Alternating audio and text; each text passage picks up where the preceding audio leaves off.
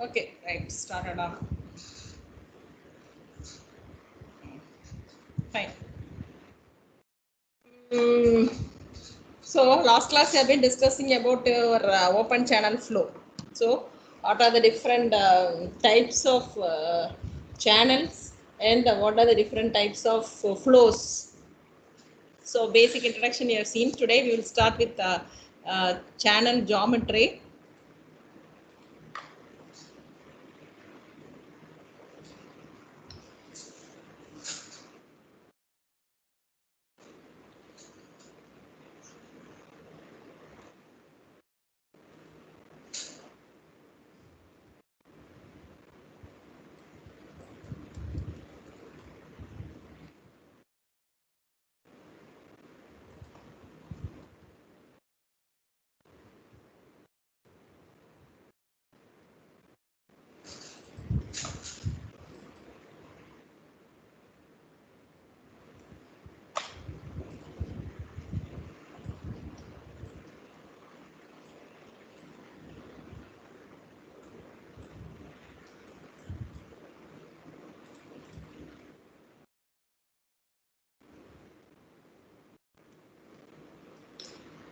So what are the properties of the channel geometries? If you want to see the basic properties, is it visible? So normally we have seen two types of channels, natural channels and artificial channels. So artificial channels are usually lined channels, or else you can say The lined. screen is not shared, man.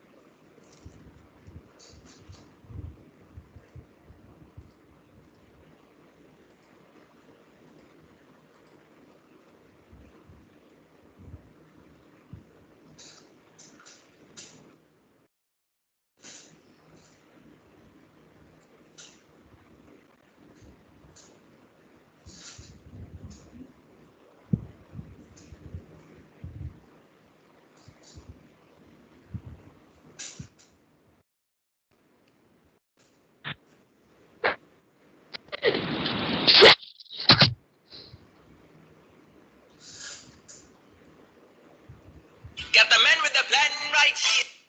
So here you can see natural and lined channels. Shoe is there. I don't know what happened. Just a minute.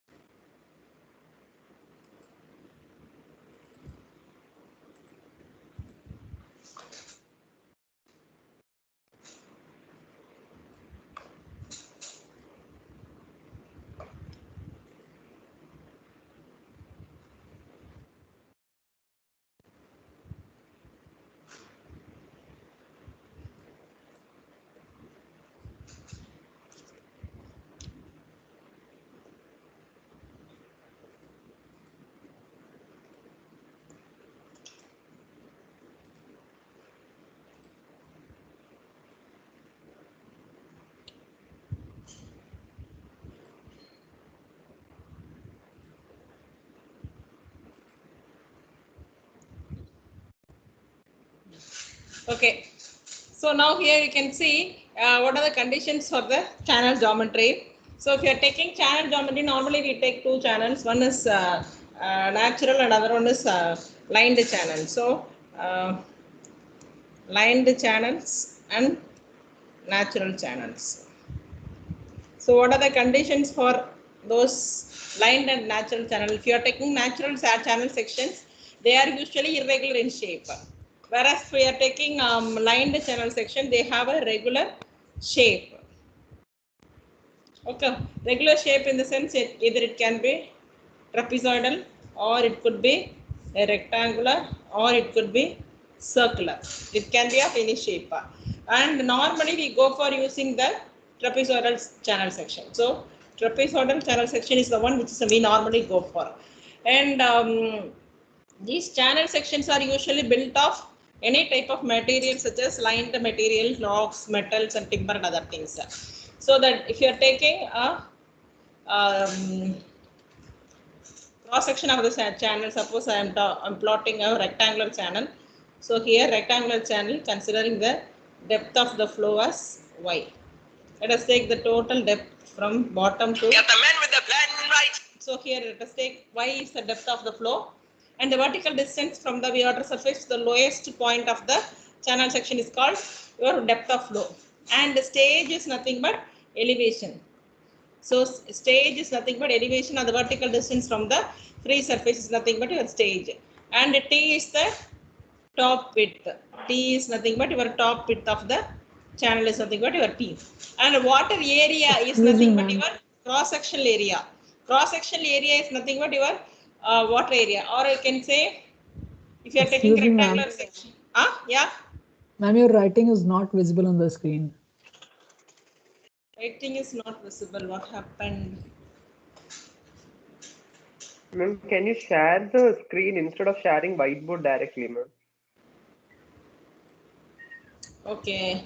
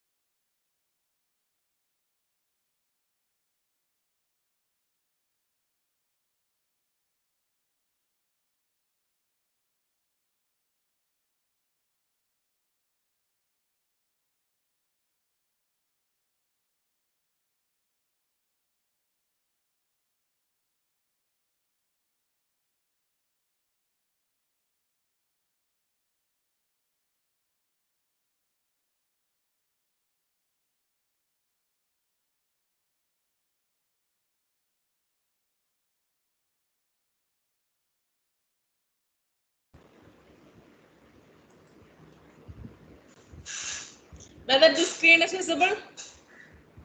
Yes, ma'am. Yeah. So here you can see the naturals and the trapezoid. I mean, different types of the channels, and we have seen the depth of the flow, and your stage is the elevation or the vertical distance of the free surface, and top width is the T is the top width. Then water area is nothing but cross sectional area. Suppose if this is a rectangular channel, then T into Y is nothing but your water area. And what is the wetted perimeter? Wetted perimeter is or length of the line of intersection of channel wetting the surface. So whatever is the surface which is wetting, actually, suppose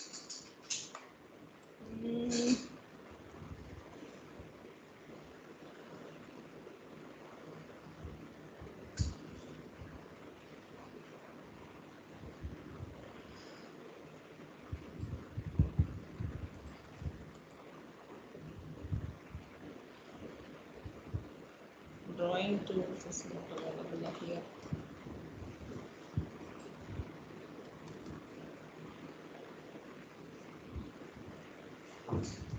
Okay, yeah, I'll draw it in some other thing. So here wetted perimeter is nothing but your suppose for a rectangular channel you can have a wetted perimeter as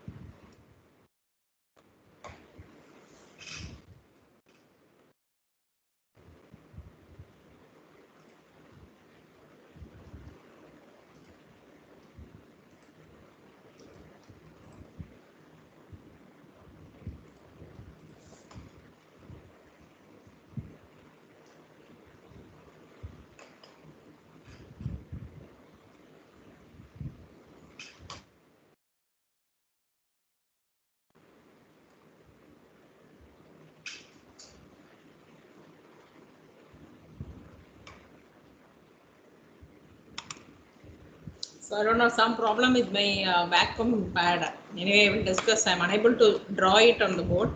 But the wetted perimeter is length of line of intersection of the channel with a cross-sectional plane normal to the direction of the flow. So what do you mean by that? If you are having a channel and if you are able to suppose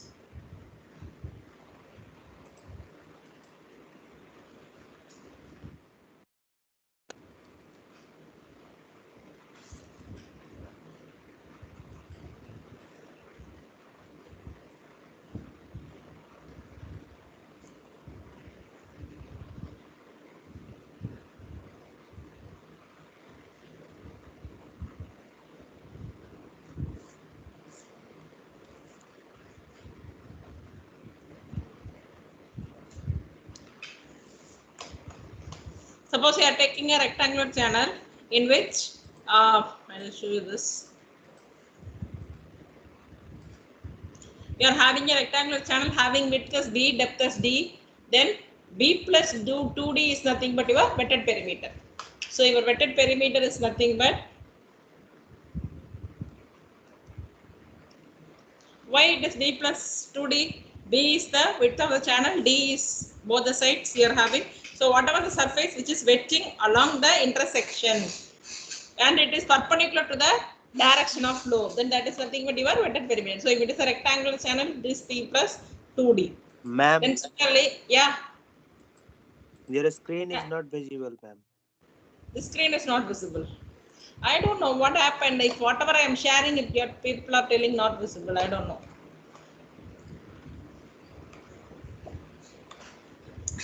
This is B, this is D, and this is D again. So B plus 2D. Is it visible now? Yes, ma'am. Yes, Yeah. ma'am. Wetted perimeter is nothing in for a rectangular channel. D is the width of the channel, D is the depth of the channel. So twice D if you are putting, then this is going to be your wetted perimeter. Now come back to our earlier discussion. So now your wetted perimeter is the length of the line of intersection of channel, which is wetting the surface with the cross-sectional plane normal to the direction of flow. So whatever the direction which is normal to the direction of flow, you have to take. It is not in the inclined direction, you have to take only normal to the direction of flow. Now what is the hydraulic mean radius? It is nothing but these are the essential parameters. You should know all these things. Parameters should be known, then only you will be able to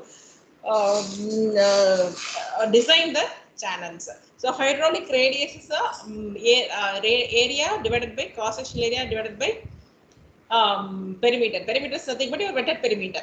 So hydraulic radius is nothing but ratio of area divided by wetted perimeter, and hydraulic depth is the ratio of area divided by T top width of the channel. That is something but hydraulic depth. Then section factor is Z, which is a product of water area and the square root of hydraulic depth. Square root of hydraulic depth is D, capital D. Capital D is nothing but A by T. A by T is cross-sectional area of the flow divided by T is the top width. Okay, then you will be getting the hydraulic depth. So this hydraulic depth, square root of this hydraulic depth multiplied by A is the cross-sectional area is nothing but your section factor for the critical flow computation. Later on, I will tell you what is meant by critical flow. There are critical flow, subcritical flow, supercritical flow. So we will see what is critical flow in the later sections. Okay. Then in case of uniform flow, our section factor, this is a normal this is in case of what is the meant by uniform flow? The flow parameters will not change with respect to space. Then it is a uniform flow. So for uniform flow, our section factor is A into R raised to 2 by 3. R raised to 2 by 3. A is the cross-sectional area and R is the hydraulic mean radius. So hydraulic radius is R is equal to A by P. A by P whole raised to 2 by 3 is nothing but our section factor. Now let us see the rectangular channel. See here you can see B is the breadth of the channel, Y is the depth of the channel.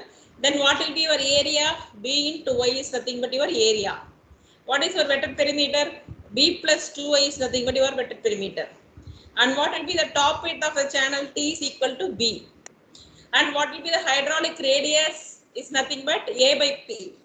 What is A by P? A is B into Y divided by wetted perimeter is B plus 2Y. It is going to be your hydraulic mean radius. Now understood? These are the parameters of your rectangular channel. Or this is the channel geometry. This is the channel geometry of a rectangular channel. Suppose if it is a triangular channel, this is more important. You please note down. This is required wherever. This is a basic for all the designs. Okay. Then triangular channel depth is suppose Y, and your width, top width is T, and depth is Y. Or normally we take depth of the flow is always Y. And 1 is to M is the slope of the triangular channel. Then area is equal to, what is your area? Area is nothing but My. Your half into My into Y. So this will be nothing but your A is equal to My square. Okay, of BH. So A is equal to My square. And if you are taking perimeter, wetted perimeter is nothing but this width and this length. So the perimeter is nothing but your, this is going to be your hypotenuse. If you are taking, then it will be 1 plus M square, 1 square plus M square whole root into Y. Am I right? This is going to be Y into square root of 1 plus M square. So if I am adding or if I am multiplying by 2, because this as well as this, because this is not going to be your wetted perimeter. Wetted perimeter is only this portion as well as this portion. So twice Y into square root of 1 plus M square is nothing but your wetted perimeter of a triangular channel. Now what is the top width? Again top width, because if you are dividing, if you are drawing a perpendicular line here, this is going to be your My and this is going to be your My. Am I right? So if you are adding these two things, then this is going to be your 2My. Top width is going to be Y 2My. Okay. Now because our perimeter is known, area is known. Now hydraulic mean radius is nothing but My square divided by, because A by P it is, My square divided by 2 into Y into square root of 1 plus My square, but Y get cancelled. So I will be having My divided by 2 into square root of 1 plus M square. Okay, so these are the channel parameters for triangular channel. Similarly, for trapezoidal channel, your depth is taken as y, side slope is, we are taking the side slope, one vertical, all those things is with respect to one vertical, m horizontal. One vertical, m horizontal, okay. So side slope is one vertical, m horizontal, and the area of this is, if you take, this is going to be again my, so b plus 2my, I think. Top it is going to be b plus 2my, and the area will be nothing but this b plus 2my.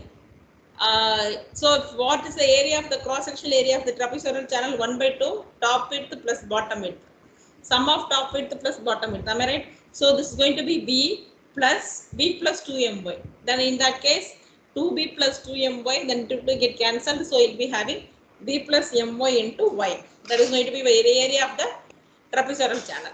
Then perimeter, if you are taking, then perimeter of the trapezoidal channel will be again b, and the side slope, the side length. What is the side length? Again it is going to be 2y into, sorry, y, this is going, one side length will be y into 1 plus m square. Then if we add twice, then it will be 2y into square root of 1 plus m square. And the hydraulic radius will be your area divided by p. So area is b plus my into y divided by p plus 2y into square root of 1 plus m square. These are the various parameters of your trapezoidal channel. So normally we use rectangular, and most of the channels we go for, if it is artificial channel or lined channels, normally we prefer trapezoidal channels. Then next we go for circular channels. So if it is a circular channel, then circular channels normally we have maybe we will see separately circular channel, because I need to show you some values and those things. Maybe circular channels we will see in the next class, but we will complete other three channels. Now you know the parameters for triangular, rectangular, and trapezoidal. Now let us see one problem. Circular channel we will see in the next class, but we will see the other things. Now if you are taking a lined channel, just trapezoidal in cross section and carrying a discharge of 8 cumex. So your Q is going to be 8 cumex, and depth of the channel is 1.2 meter, and the bottom width of the channel is 2 meter, and a side slope of 1.5 horizontal to 1 vertical. So consider the uniform flow. First assumption is the uniform flow, and you need to calculate what is the longitudinal slope of the channel, and what is the average stress, shear stress over the perimeter, and what is the value of equivalent Darcy's for coefficient f, and what is the crude number of the flow, assuming Manning's n is equal to 0.015. Okay, so if you want to do this problem, we need to know what are all the Manning's equation and Darcy's equation, and we will go back to your velocity stress, and then we will come back here.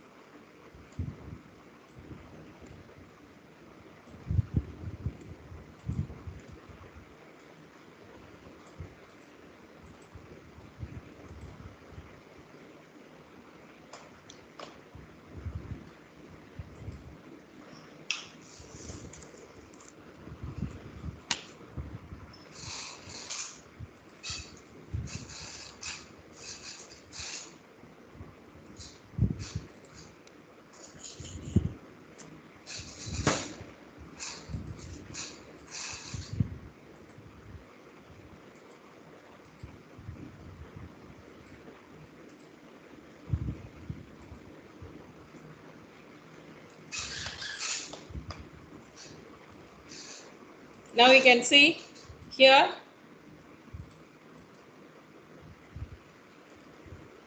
the Manning's formula and the Chezy's formula. Just a reminder. So Manning's formula is V is equal to 1 by N R to the power 2 by 3 S to the power half. And Chezy's formula is V is equal to C into root of RS. So what is Manning's formula? V is the velocity of the flow, R is the hydraulic mean radius, and S is the slope of the channel. Suppose this is going to be your channel, and you are going to be, this is going to be your S. Yes. So here you can see the flow is like this. This is the flow, and suppose let us take Y is the depth of the flow, and you are having a, this is going to be your slope. S is nothing but your slope. Okay, so this is S is nothing but your channel slope. The channel slope is different, channel side slope is different. Suppose if this is the longitudinal slope, this S is going to be your longitudinal slope. Okay, whereas here what we are talking in the previous section, one vertical, M horizontal, this is going to be side slope. And R is the hydraulic mean radius. As you know what is R, R is equal to A by P. A is the area, P is the wetted perimeter, and N is the Manning's roughness coefficient. And what are the Manning's roughness coefficient for various material? We can see on the right hand side. Okay, the Manning's roughness coefficient, actually it is a calibrated value. So based on the roughness of the section, the value differs. We can see glazed coating of enameled timber. Again conditions, plain borders, plain boards with workmanship, non-plain boards of inferior workmanship. You can see the value different. 0.0, if it is in perfect order, it is 0.01. Otherwise, the value of roughness is increasing up to 0.018. So if it is non-plain board, inferior workmanship, it is 0.018. Similarly, masonry if you take. So what is a masonry? Masonry generally it is either cement masonry or lime masonry, you can talk. If you are mixing cement with the sand, it is called masonry, right? So either masonry, we have neat cement plaster, sand and cement plaster, concrete and steel, and then concrete, wood and trowel, and bricks in good condition, then brick in rough condition, and masonry in bad condition. You can see all these conditions in which you are having various values of roughness. So the value of N is depending upon the condition of the channel. This is represents the condition of the channel. So what material has been used? Similarly, stone work, you can see smooth and dressed stone, rubble set and fine and weld. So you can see the values is increasing. Then earthen materials are having the maximum roughness, because the earthen material always has the more roughness when you are comparing to the plain materials. Okay, so stone, timber is plain, very plain. Masonry is somewhat rough more than that, and stones are more rough, and earthen materials are more rough than this. That is why if you are seeing the maximum value, only this earthen materials are having the maximum value of roughness. In poor condition, you can see 0.035, and then partially obstructed with debris, then it is 0.05. Okay, so 0.35, 0.05, 0.03, you can see the maximum value. In ordinary conditions with the stones and weeds, if it is with the stones and weeds, suppose if the channel is having various stones and the weeds, then you can say roughness value is somewhat around 0.03.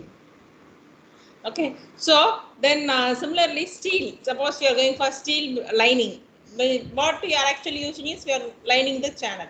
So the material, lining material is how we are going to design. Okay, for that we need to know the roughness values of this lining material. And then the steel, if you choose what is this, suppose welded steel, riveted steel, then slightly tuberculated and cement mortar lined, then yeah, this is for cast iron.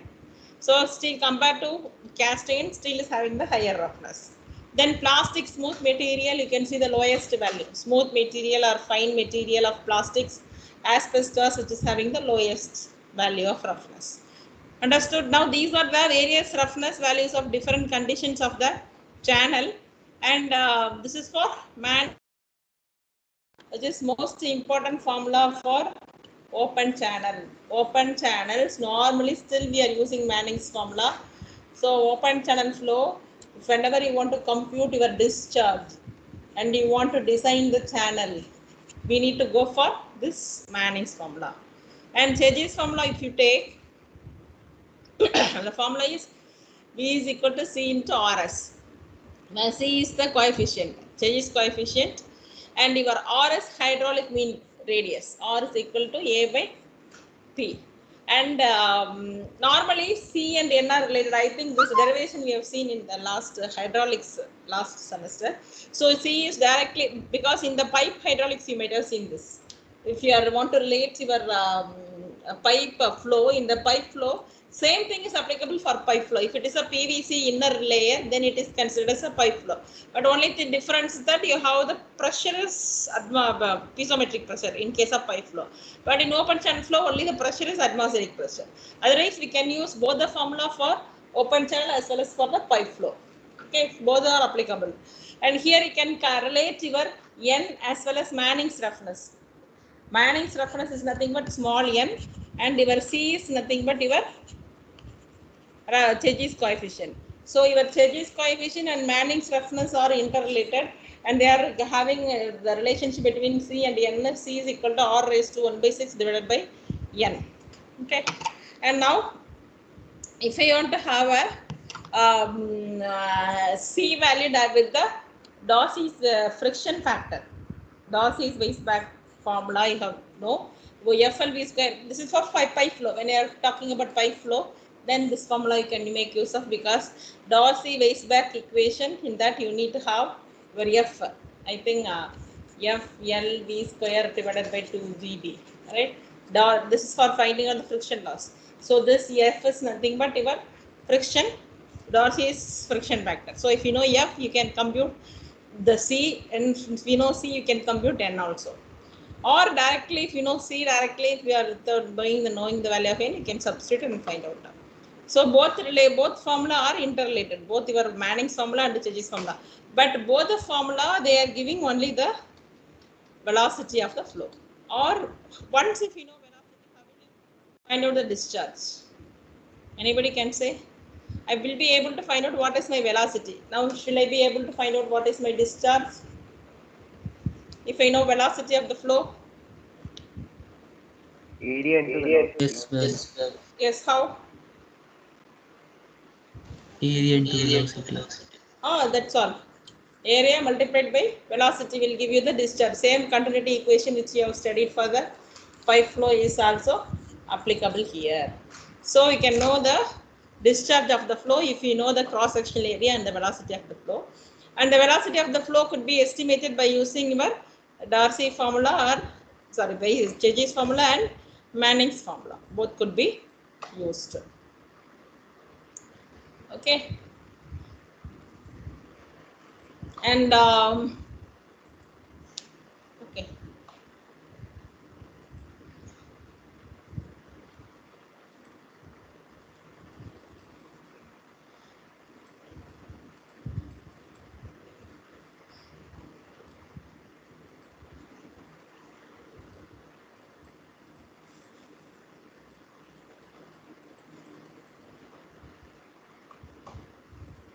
Now we will see one problem in this.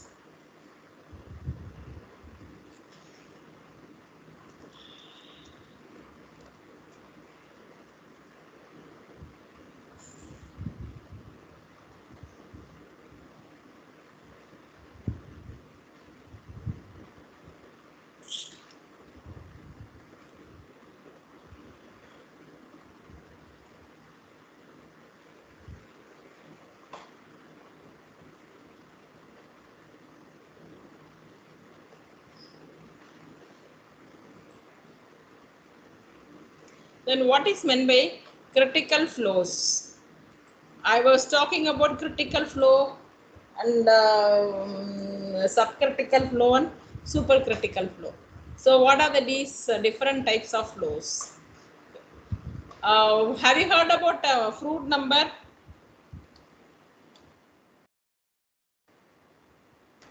Have you heard about Froude number? Have you heard about the Reynolds number? Yes, ma'am. Okay, what is Reynolds number? Hmm?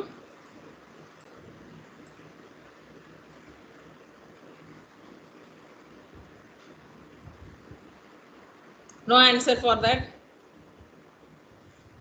If you ask some question, people will not open your mouth, right?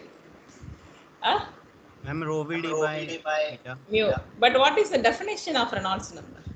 OVD by nu is the equation. But what is the definition of Reynolds number? Huh? There are different forces you have studied in your dynamics, right? There are different forces you have studied in your dynamics. What are the forces? Huh? Viscous force, inertial force. Say in the order. Gravity force, pressure force, viscous force, turbulence force, then force due to shear, and then force due to elasticity. There are 6 different types of forces, right? Force due to gravity, force due to pressure, force due to turbulence, force due to shear, force due to elasticity. And now what is the Euler's equation in terms of force? How will you define an Euler equation?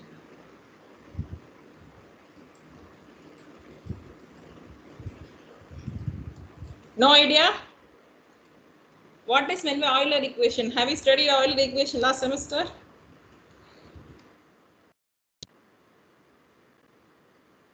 Have you studied or not? Euler equation.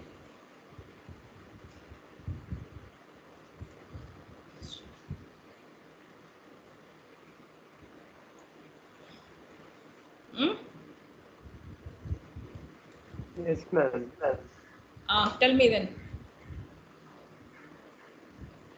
dP by rho plus VdV plus dDz equal to 0. No, I'm asking the basic definition for Euler equation. I'm not asking the equation. Basic definition for Euler equation.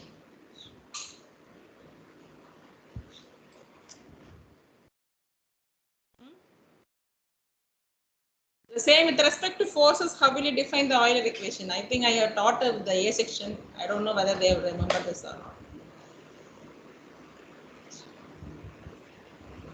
Huh?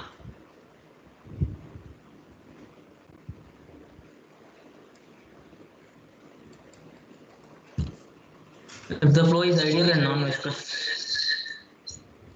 No. Adiabatic and in viscous flow.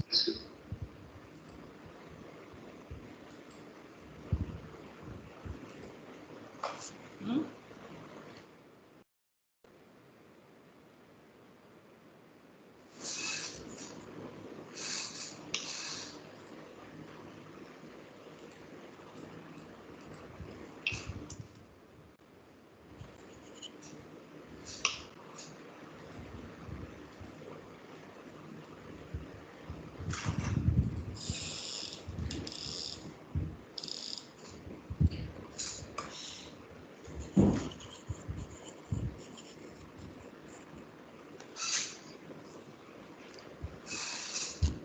Huh? Flow is ideal and Force due to viscous pressure and force force is due to gravity. Am I right? Hmm? Am I right? This is the basic definition for total forces will be equal to force due to pressure and force due to gravity. And why I am talking about here is, what is the Reynolds number?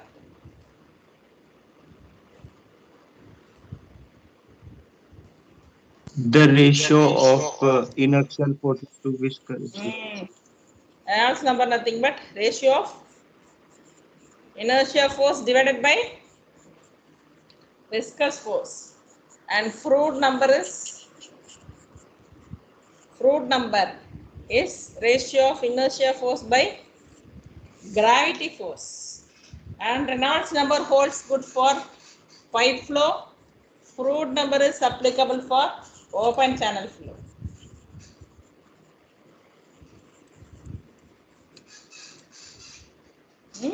That is the difference. So inertia force by viscous force is Reynolds number, inertia force by gravity force is nothing but your Froude number. And pipe flow, you will be defining the pipe flow into laminar, turbulent, am I right? Based on the value of Reynolds number. For pipe flow, if it is less than 2000, it is considered as laminar. More than 4000, it is considered as turbulent. Am I right? Last year you might have studied, last semester. The value of Reynolds number for a pipe flow. Similarly, there are classifications for Froude number. So both Reynolds number and Froude number are dimensionless numbers. There is no dimension for that. So dimensionless numbers are there. So Reynolds number, Froude number, Euler number, Mach number. There are different types of number which could be used for different conditions. Now we are studying only these two. I'm concentrating on these two. So for pipe flow, we are using Reynolds number. For open channel flow, we are using Froude number. And all these numbers are dimensionless numbers. Okay. Now,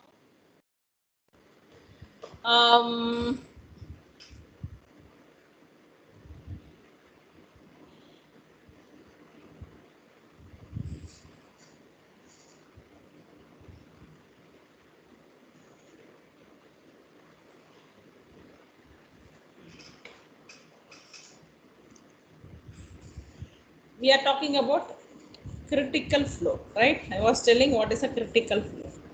So when I am talking about critical flow, I need to say, I need to use Froude number. So when Froude number is equal to unity, less than 1, greater than 1. There are 3 conditions for Froude number. So in that case, you will be classifying the Froude number. Based on the Froude number, you will be classifying the flow as either subcritical or supercritical. So when it is less than 1, it is supercritical flow. When it is greater than 1, it is subcritical flow. When it is equal to 1, it is supercritical. So it is a critical flow. So when the Froude number is equal to 1, it is a critical flow. Then otherwise, if it is less than or greater than 1, it is subcritical and supercritical flow. So when the Froude number is equal to 1 or unity, then it is a critical flow. And when it is less than 1, it is supercritical flow. When it is greater than 1, it is a subcritical flow. First class, I was telling something hydraulic jump, isn't it? I was talking something about hydraulic jump, how the hydraulic jump is formed. Okay. So when the subcritical flow is converted into supercritical flow and your hydraulic jump. So there are 2 flows. Either the flow can be before the jump, after the jump. There are 2 things. Before the jump, what is the type of flow? After the jump, what is the type of flow? During hydraulic jump, the flow is critical. During hydraulic jump, the flow is critical. Okay. So critical flow occurs only during the hydraulic jump. So I was talking about, suppose if this is going to be your structure.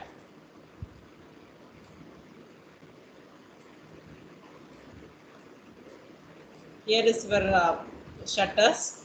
Suppose you are opening your shutter. Then water falls and jumps. So this is going to be your base. This is nothing but your hydraulic jump. So here your Froude number is going to be unity. This is called because this is a water surface. This is water. So when you are releasing the gate, the water actually on the downstream, this is the upstream side and this is the downstream side of the channel. Your river cross section and your structure is like this. The flow is like this. So this is the plan and this is the section. Okay, suddenly this is nothing but your gate. This structure could be anything. It could be a weir or it could be a barrage, whatever it is. The water on the upstream side and it is suddenly released. Then what happens? The water on the downstream side, it actually hits the surface and then jumps. So this condition occurs only when the Froude number is equal to unity or the flow is critical. So That is nothing but your critical flow. Now, how we are going to compute the critical flow computations for different types of the channel sections.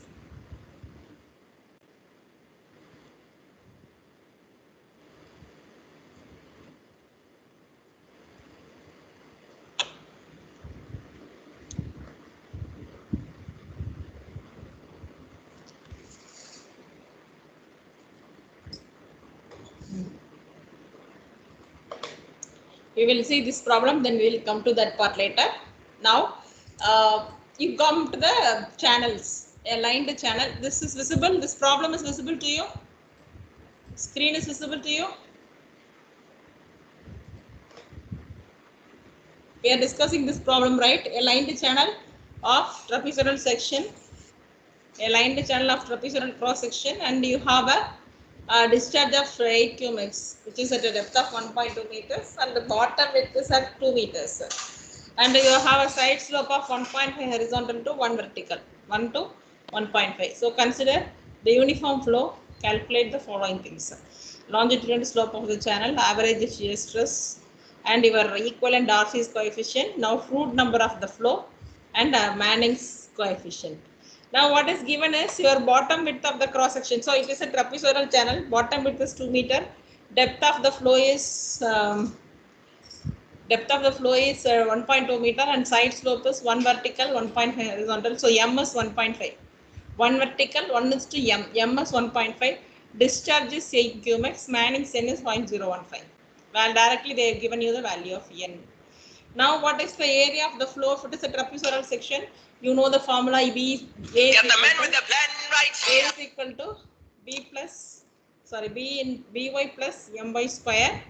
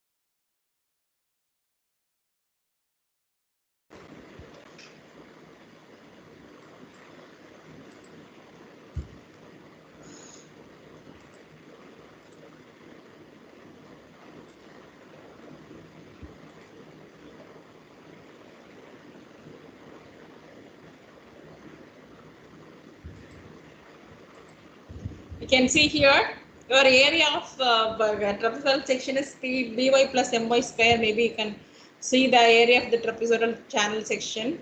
You can see area By plus M into Y square, and area of the channel trapezoidal section is found out, and your area wetted perimeter is wetted perimeter of the trapezoidal section is B plus 2y into square root of 1 plus M square.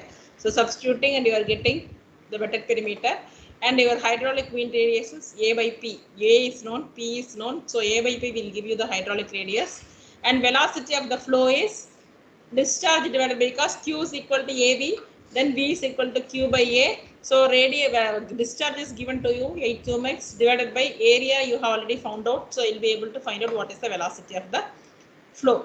Now, according to Manning's formula, you know Manning's formula, V is equal to 1 by N, half to the power 2 by 3, S to the power half. Now velocity is known to you, 1.75.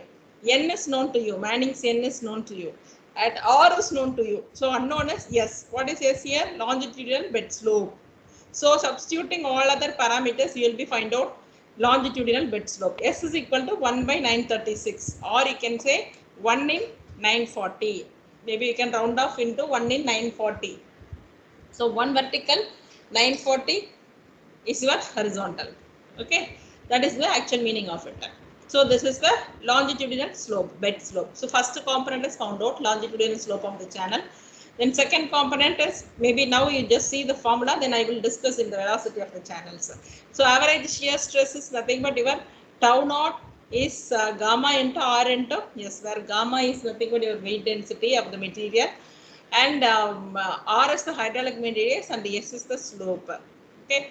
and substituting this, you'll be getting what is the bed stress. This is tau naught is nothing but actually bed stress, and your value of Sturgis coefficient is C is equal to square root of Ag by F. This formula is correcting your Sturgis coefficient and friction factor. Now C is equal to, and also if you want to relate C and N, this C is equal to 1 by N into R power 1 by 6. So substituting this, you'll be getting what is your C. But then if you are substituting C here, you'll be able to find out what is your F. Okay. Now this is going to, this F is nothing but what actually they have asked, what is the average shear stress over the wetted perimeter is tau naught, and what is the value of Darcy's friction coefficient, F. So F is also we have found out. Now what is the Froude number? Froude number for uniform flow condition is V by square root of GD. This is the formula, you just remember. We will not sharing it. Yeah. Always people are telling at the last moment. Why? like one minute.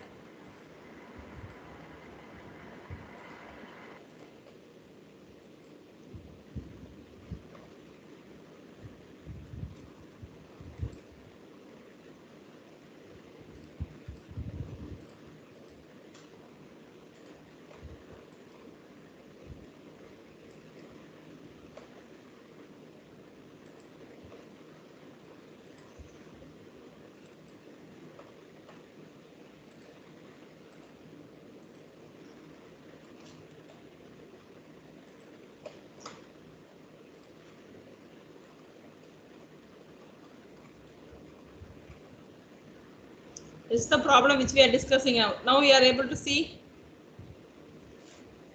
I don't know, somebody is unsharing. I am sharing it, or anybody is doing any kind of practices. I don't know. Because I am able to share, but I don't know how it is going in between. Every time I cannot do the changes. So here is what you have seen now. Bottom width of the cross section, B, and depth of the flow is given, side slope is given, discharge is given, Manning's end is given. So I am finding out area, wetted perimeter.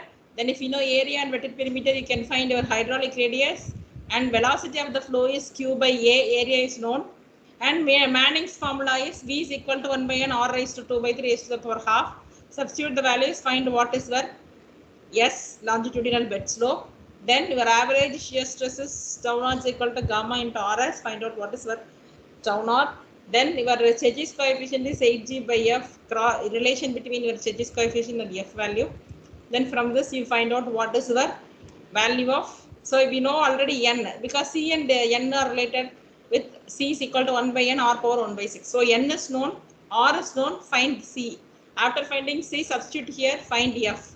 So F is also found out. So 3 part of the problem is over. Longitudinal slope, average shear stress, then Darcy's coefficient. Now what is Froude number of the flow? Froude number actually by definition, the Froude number for a uniform flow, because you can see the condition is given uniform flow. Assume the flow is uniform. For uniform flow, the Froude number is V by square root of GD, where D is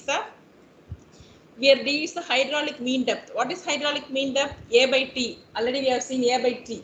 A is the area of the trapezoidal channel section. T is the top width. Top width is nothing but 2 plus 2 by for a trapezoidal channel section.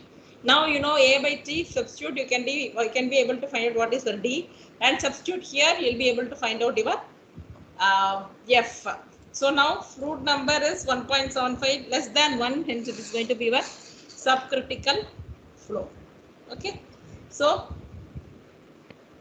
based on the value of Froude number, you can classify the flow as either subcritical or supercritical or critical flow. So for this lined channel, which is trapezoidal in cross section, when it is carrying a discharge of 8 Qmax at a depth of 1.2 meter, bottom width is 2 meter, and side slope is 1.5, and bed slope is 1 in 940, the flow is going to be subcritical flow.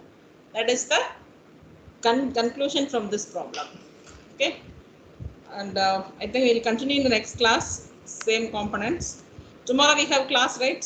Tomorrow we will continue, and if you please tell me one more class, 1 or 2 classes I need within this week. Maybe shall we have it on Saturday?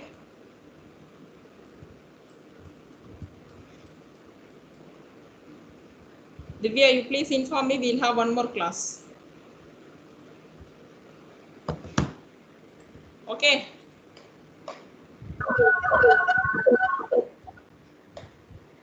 Class rep, you please inform me. I will take one more class on Saturdays. Yes, ma'am. Yes, ma'am. Okay, pa. Any clarifications? Any doubts? What is gamma?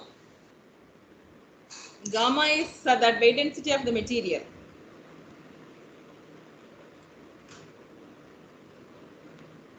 Okay, ma'am. Okay, pa. Okay, then. Okay, then we will close it. We'll see you tomorrow class. Thank you, ma'am.